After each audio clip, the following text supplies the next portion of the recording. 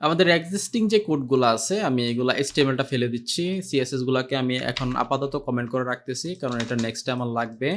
আর স্ক্রিপ্টটাকেও ফেলে দিচ্ছি। আমি কিন্তু কোনো কোড আপনাদেরকে দিব না, যেটা প্রয়োজন হবে, যেমন যেটা প্যাকেজ, কোনো একটা কাজ ওয়েবসাইটে করতে হবে, সেটা আমি আপনাদেরকে দিয়ে দিব। বাট এইটা তো বেসিক জিনিস, এই জিনিসগুলো আপনাকেই শিখতে হবে। তো ধরেন এখানে আমি হচ্ছে একটা এইচন নিলাম, আমি এখানে লিখলাম আমার নাম, front end developer from Mymensingh. Just আমি কিছু ইনফরমেশন এখানে দিলাম। এবার যদি আমি দেখি, দেখেন এই ইনফরমেশনগুলো কিন্তু এখানে আসছে। সো আমি এখন এই জিনিসগুলোর উপরে জিসেপ অ্যানিমেশন চালাবো।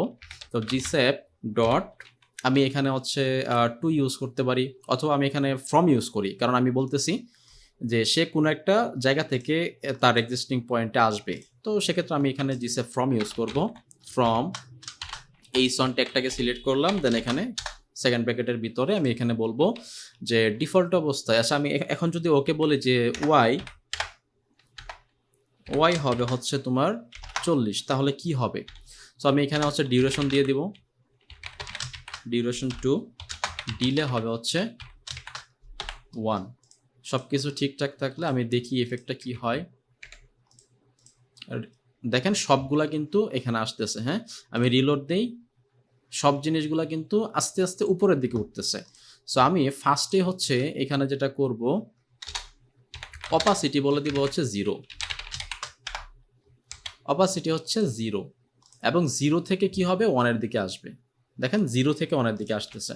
তো আমি এখানে ওয়াই দিলাম হচ্ছে 60 আর ডিউরেশন দিলাম হচ্ছে 1, তাহলে এটা আরও স্মুথলি আসবে। হ্যাঁ, আমি আবার রিলোড দেই, দেখেন অপাসিটি 0 থেকে 1 এর দিকে আসতেছে। ফ্রম যেহেতু বলছি, তার মানে 0-তে একদম শুরুতে অপাসিটি 0 থাকবে, এবং 2-তে আসতে আসতে একদম তার এক্সিস্টিং পয়েন্টে আসতে আসতে 1 হবে, এবং ওয়াই হচ্ছে 60, মানে উপর থেকে আমি এটাকে 60 পিক্সেল নামায় দিছি নিচের দিকে, এবং এটা 60 থেকে 0 দিকে আসবে, এবং ডিউরেশন 1, ডিলে হচ্ছে 1। এবার আমি একটা কাজ করব, কাজটা হচ্ছে যে এখানে স্ট্যাগার ইউজ করব। স্ট্যাগার হচ্ছে 1।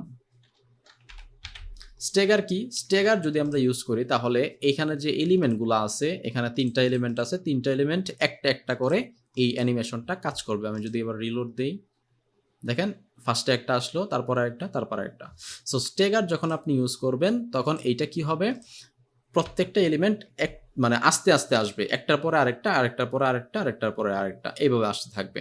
সো আমরা হচ্ছে স্ট্যাগার ইউজ করব এই জন্য, যেন আমাদের একটা এলিমেন্টের পরে আরেকটা এলিমেন্ট আসে। আমরা দেখি না এই যে ইয়াওএস অ্যানিমেশন অথবা ওয়াও.জেএস অ্যানিমেশনের মধ্যে আমরা কিন্তু এই জিনিসটা দেখছি যে আমরা যখন স্ক্রোল করি তখন একটার পর আরেকটা, আরেকটার পর আরেকটা আসে। তো জিসেপের এই স্ট্যাগারটা ইউজ করেও কিন্তু আমরা খুব স্মুথলি এই ধরনের অ্যানিমেশনগুলো কিন্তু ইউজ করতে পারি। সো আমরা এই ক্লাসে এই পর্যন্ত রাখি। নেক্সট ক্লাসে আমরা আরও 2টা খুব ইন্টারেস্টিং টপিক নিয়ে আলোচনা করব, রিপিট এবং ইয়ো। এই 2টা জিনিস আমরা হচ্ছে নেক্সট ক্লাসে আলোচনা করব।